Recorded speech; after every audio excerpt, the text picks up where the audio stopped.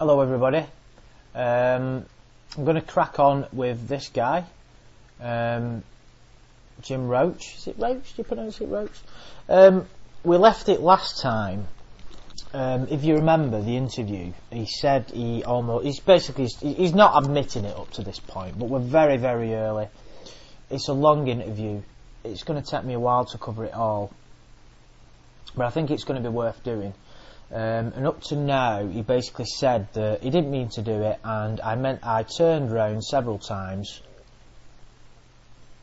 and he didn't get to the decoy house of this guy. Now, it's been suggested, and the evidence would appear that the cops got just sick of waiting for him to turn up because he kept getting lost because he was pissed.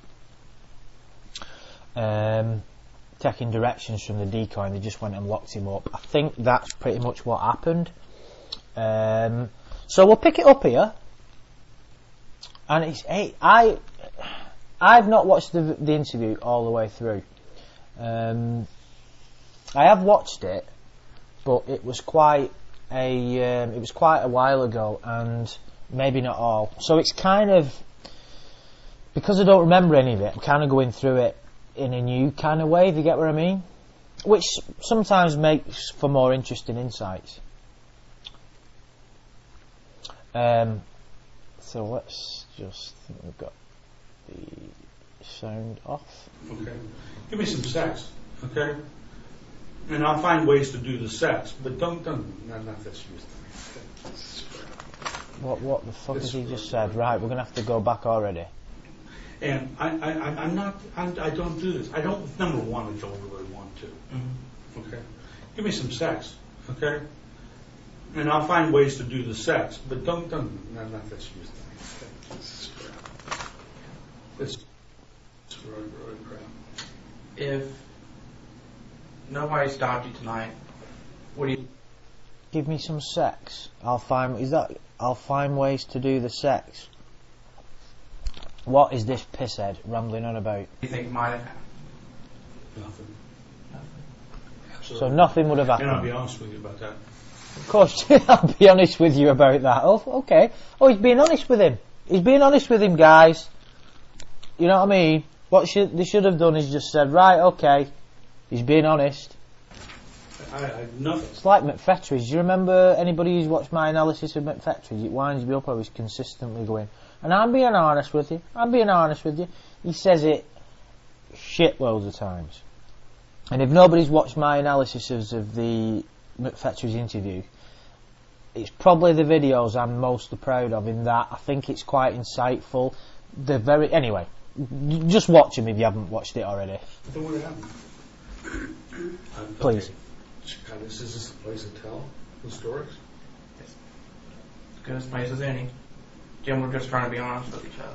I went to a swingers club last night and walked out. What the fuck's that got to do with anything? He's gone to a swingers club last night and walked out. Okay. Where's that at? In Dayton. Up in Dayton, Ohio, Kentucky? Dayton, Ohio. I walked out. And the reason I walked out is because, it's not for me.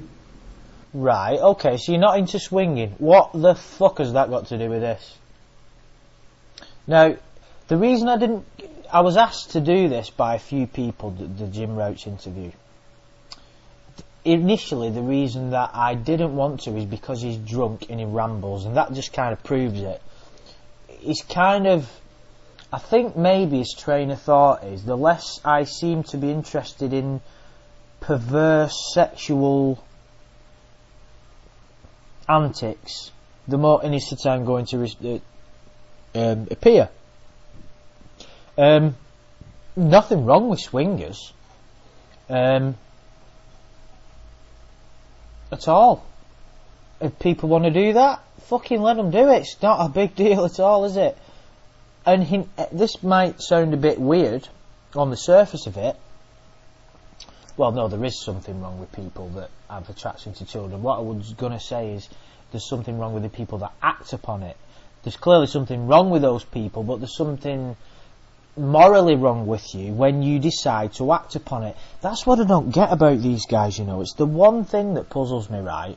It's like there's a girl at our works, right, who's fucking beautiful, right? She's just stunning. She's like mid to late 20s. She looks like Rey from The Force Awakens. She's stunningly beautiful. And every time I look at her, I want to fuck her, basically. And that is a reaction of that's a normal sexual reaction, that. So, basically, it's not going to happen, she's married and all that, right? So for me to sort of take it further, I would have to commit some kind of ridiculous rape, or, do you get what I'm saying? But these guys, they're willing to do that. What I'm trying to say is, they find these people attractive. Why are so many of them so insistent on acting upon it? It's like me acting upon that attraction that I've got to the woman at work. It's like, well, you know, it's like I would have to do something ridiculous, and I know it's wrong, and I don't want to do it. Do you understand what I'm getting at? It's just I cannot understand it. I cannot understand why they feel it necessary to act upon it. It's like they feel like it's the God-given right, when it most certainly isn't. I don't understand at all. I'm not selective. I don't want you to think of it as being selective. I'm looking for some satisfaction from somebody. And I'm not looking. And again, my own motivation is not to just find somebody who's interested in me. Okay, not young, not old, not fat, not thin, not someone who is interested in who I am. And that's really it. And how long have you and your wife been divorced? Or been separated? Or We've been divorced for 2000, was it 4 years? Almost 5 years. 5 years ago. I've had relationships with other women. It's not that. It's not a sexual thing at all. Saying it's not sexual, but before he was saying give me the sex kind of thing. What is it? There's somebody, and I guess, and I put this out. Maybe this isn't the right place for doing it, but Cheyenne, whoever Cheyenne is, some George down the hall, talked to me. And when that person talked to me, it was a person. Now, I have other people that I talk to, and for whatever that's worth, and I don't want to bring them into this, but made you feel good, didn't it? It kept me away from that loneliness that I have when I'm sitting in my house to myself, and somebody talks to me. Nobody's. Right, so, I mean, the summary of what he just said, he talked to her because he felt lonely. Totally understandable if it was a girl of age. However, he was talking to what he believed was a 13-year-old girl, exposed himself, and was talking about having sex. So what's the sort of logic behind what he's just said? And like I said, there isn't much logic in anything that he says, and it's very annoying how he keeps like moving his head after he says something. It's like when you're sober and you have to interact with a drunk person, it's very, very frustrating. Very frustrating. And it's like, you know, when you turn out with your friends and you're the last one out and everybody else is pissed, it's just very unpleasant. Especially for blokes, not so much women, I've found. And it's like watching this guy do an interview, it's really annoying. Yeah. You feel that lonely feeling, and you know. Whatever, however that accommodates itself. And she tried and filled that, didn't she? She fulfilled that need. Yeah, but then it turns around because of this crap, which I understand you made for doing it. I don't. I think there's a need for there's a need for people out there, and that See, a lot of what he's saying is just nonsensical. There's a need for people out there. What is he talking about? is fulfilled by and the law enforcement. By the way, I'm in criminal justice. I have to tell you that. That's the bottom line. But I am. I at UC I work for the criminal justice department. There is a need for people in this society to have a connection with somebody. Okay, so thank you for reminding the police and all of us watching that we are social creatures. What? If this was in court now, the judge would be slamming down his hammer going, relevance! And I don't care. I don't want that. Really. Or should I say the opposing barrister or solicitor or, lawyer would be saying, relevance, Your Honour. Connection comes from, I think is crucial, and that's where I got fucked up, But don't judge me on that. I'm not judging you. I know you're not. I know, but eventually I will be. So yeah, and I know that system how it works. So you know you're fucked. So if you know that system and how it works, why don't you just keep your gob shut? Because there's no way of getting out of this, pal. Jim, I can understand that, when you're feeling lonely and you feel like you have, your spot. Do you just live by yourself? Mm-hmm. Okay. And you feel that lonely, and you go home every night. Yeah. You're feeling lonely. You talk to Cheyenne Or whoever. and whoever you're chatting to Cheyenne here. You feel like you can feel. Do you feel like you can feel open to say things? Right, and I don't, and I think it's unfair of the justice systems to condemn me for talking to somebody. If it's underage, I can understand that, and I know that's where you're coming. So it's unfair of the justice system to punish you for talking to someone. Then he's just said, well, if they're underage, I understand it. So he's just contradicted himself. My relationship was created with my relationship. See, the thing is, even though he's pissed, you would still think that someone in his position would have enough sense.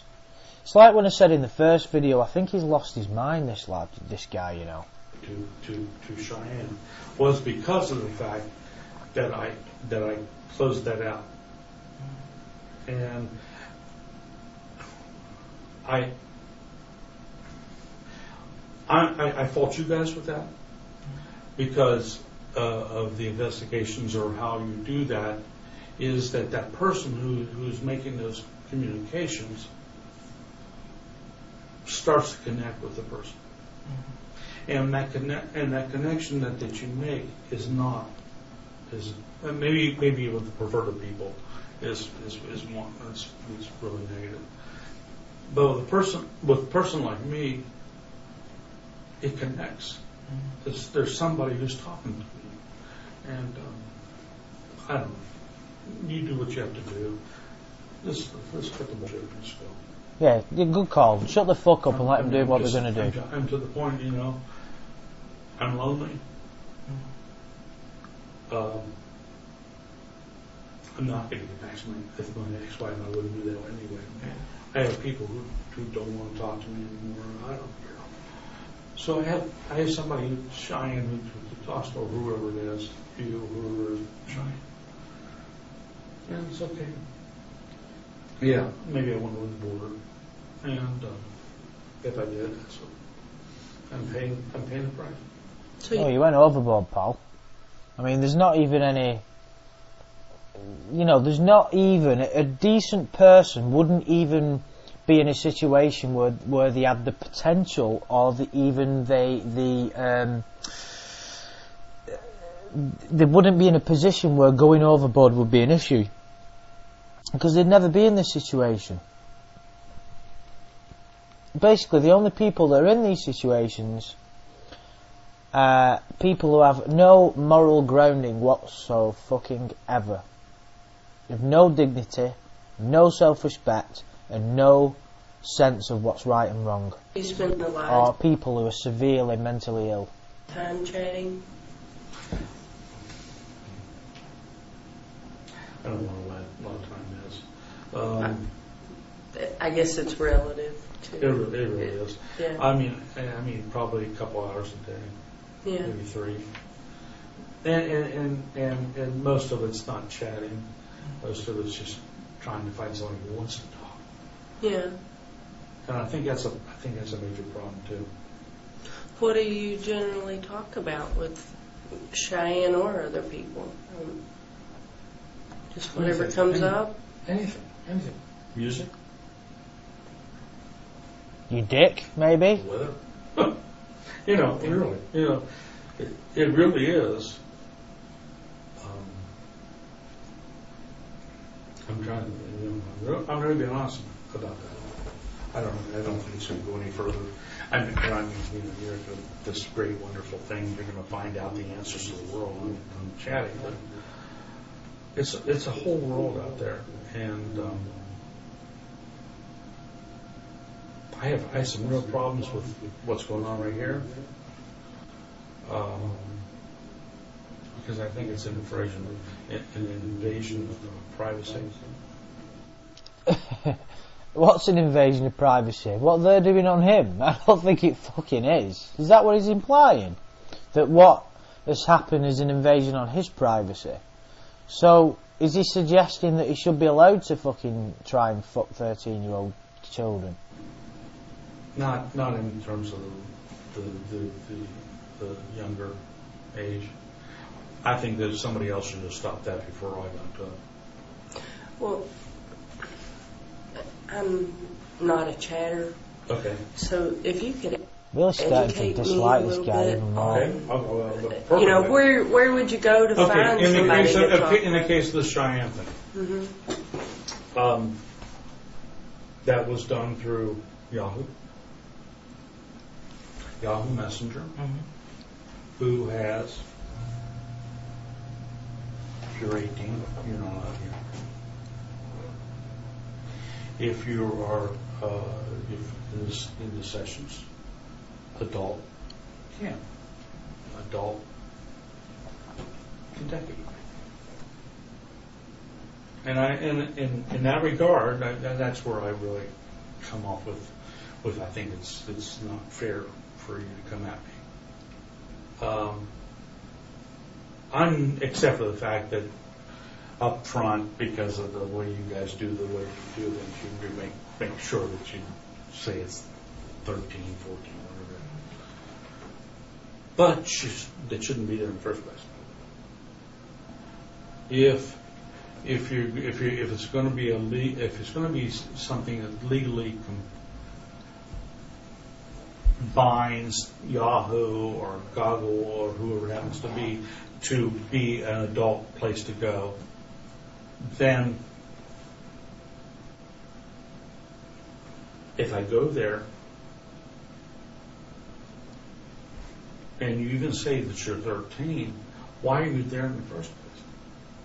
How did you get through that first level? And I really have a problem with that. Okay, so what's your point? You guys have heard this over and over and over. I'm really interested in knowing how this chat thing works and how you met. What I don't get about this so far, I don't understand why the interviewers are letting him ramble on and ramble on. Well, I do understand the tactic in a way. They don't want to disturb him. They want to let him come out with what he's going to come out with. But I think this could have been wrapped up by now. It just seems very strange. Diane, what type? I don't have any idea. I could go back to that. I don't know what initiated. It's like he's controlling the interview and they're not. Now, he can only control the interview so much for the main reason in that obviously he doesn't have any. It's like a war's going on, but he doesn't have an army. The police have got their army. He's got nothing. Absolutely nothing. So they hold all the cards. So if it was equal footings, maybe they would direct the interview, but but it's still time consuming for them. But obviously we're talking about serious charges. If it was something petty, something, that would just end up with a fine and whatever, they probably would do. I can only assume that the reason that they're taking the time and just letting him come out with everything is just, well, let him think he's steering the interview, but really, he can't, can he? I mean, what's he going to do? He's not going to be able to control the situation to his liking. He's just rambling on. I would have just got to the nitty-gritty by now. I wouldn't have been arsed with all that bullshit. The first conversation with Cheyenne, I don't remember. It could have been 3 weeks ago, it could have been a week ago. I have no idea. But I know that maybe I went through and I looked and I went down my list of people who were adult cams, and I said, hey, you interested in talking? Boom, webcam available. And the name comes up. So you could tell that they had a webcam? Yes, you can tell that. Okay. So that's something that you look for No, when you talk to people? I don't. No. I don't look for it. I don't look for it. No, I look for somebody to talk to.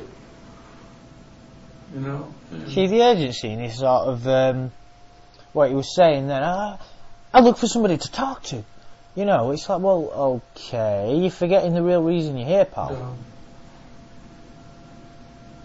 But if they have a webcam, even better. No, it doesn't really matter. It really doesn't matter.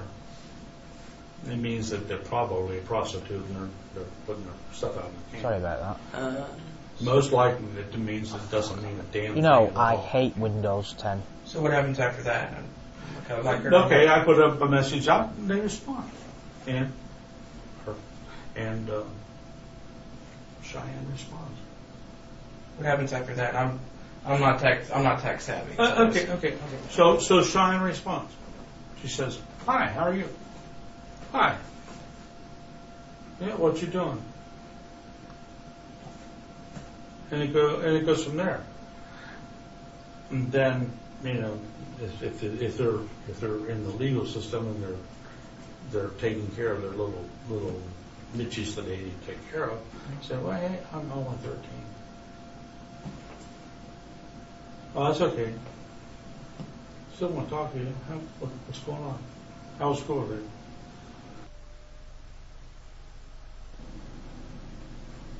If I go there... Sorry, I just had to pause it then. Sorry for repeating ourselves. And you even say that you're 13, why are you there in the first place? How did you get through that first level? And I wrote. Do you look for when you talk to people?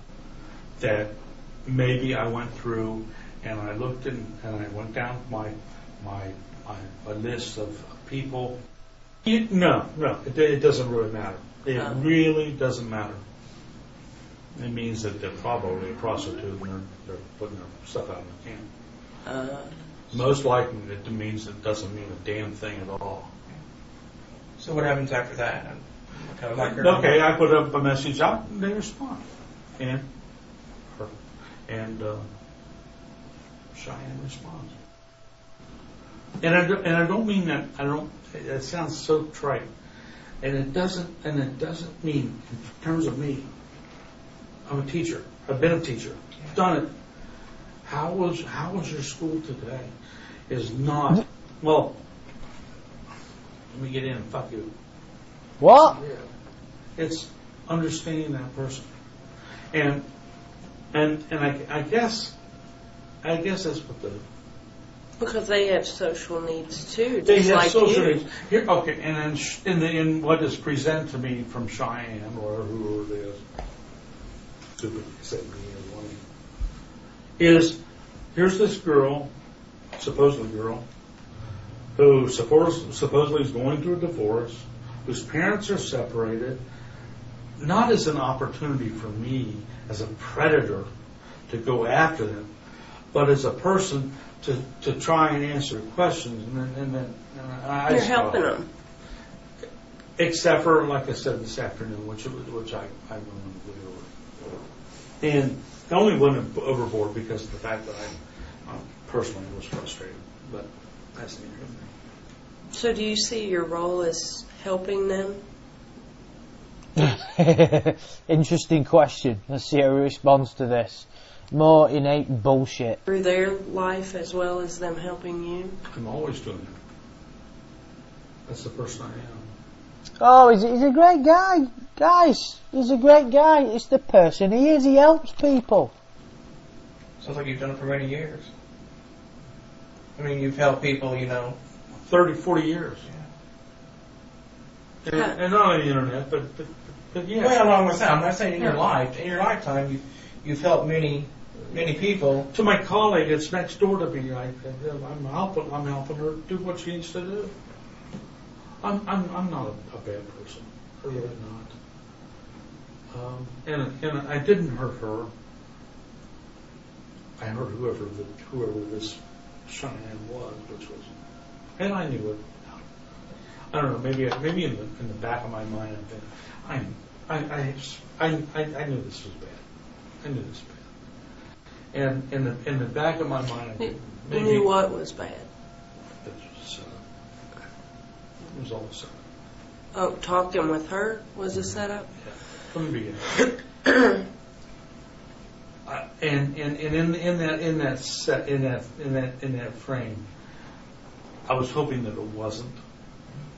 But in the good nature that I am, I really wanted to help. Sounds like some of Lorne's bullshit, this, doesn't it? Initially, when he was spoken to, he was like, I really cared for this girl, and I wanted to help her. I'm like, what? How are you going to help her tonight? Great question. I don't know. Tonight? Mm-hmm. Talk with her. Talk with her about this divorce thing that her parents were going through. Oh, what a fucking twat this guy is. Going to talk to her about the divorce thing, make sure she was okay. That's why on the telephone conversation, he was repeatedly going, "Want to fuck me?" I mean, really, that was my gist. Do you think it could have been more? No. Got it. Okay. Let me go back to who was talking about lesbian. I went to, like I said, a swingers club last night in David. I walked down. 3 women there. That's not what I mean. I mean, sexual. But in your chat, you asked if she would have sex. Well, only because I was trying to get that corner into her to let loose, and and I don't know, maybe in the wrong, maybe in the bad sense of things, maybe that was it, but I don't think it was. I wouldn't have followed through with it. Right, I'm going to just sort of stop it there for the time being. I'm sorry I had to pause it. It's kind of messed the video up a little bit, hasn't it, really? It sort of lost momentum. I'll pull it because I've sort of replayed a bit of it, so I'm sorry about that. And summarising, really, I've not had as much opportunity to comment as much as some of the other videos because there's not a lot of relevance in what he comes out with. It's all bullshit. I mean, what he was just saying there is that she's asked him a direct question about what was, about the sexual nature of the interview, and he's just come out with a total nonsensical bullshit that makes no sense whatsoever. He's just not answering the question. It's like asking a politician a question that he doesn't want to answer. He will find a way of answering it without answering it, if you get what I mean. And if you watched the, which I'm sure a lot of you did, my US friends, if you watched the Clinton and Trump debate, what do they call them? The debates between the two. I think there was 3 of them. They do a lot of that. That's what they do, you know. And that's what this guy's doing at the moment. He's just talking bullshit. He's going the wrong way about answering. He's just the interview. They're asking a question every so often, and I believe that the interviewers have just done a poor job. They needed to get a fucking grip of this interview, get it over with, but they're letting him ramble on. And it's a little bit frustrating to watch in some respects. Guys, let me know if you want me to do another analysis, because I'm finding it frustrating. Some of it's interesting, but it's pissing me off, this guy. I know most of them do, but some of the other interviews are I find more telling, because they're not pissed for a start, and they get directly to the point, and this is a bit different. So leave any comments, please, guys. As always, thank you so much for watching, and I will speak to you all very, very soon.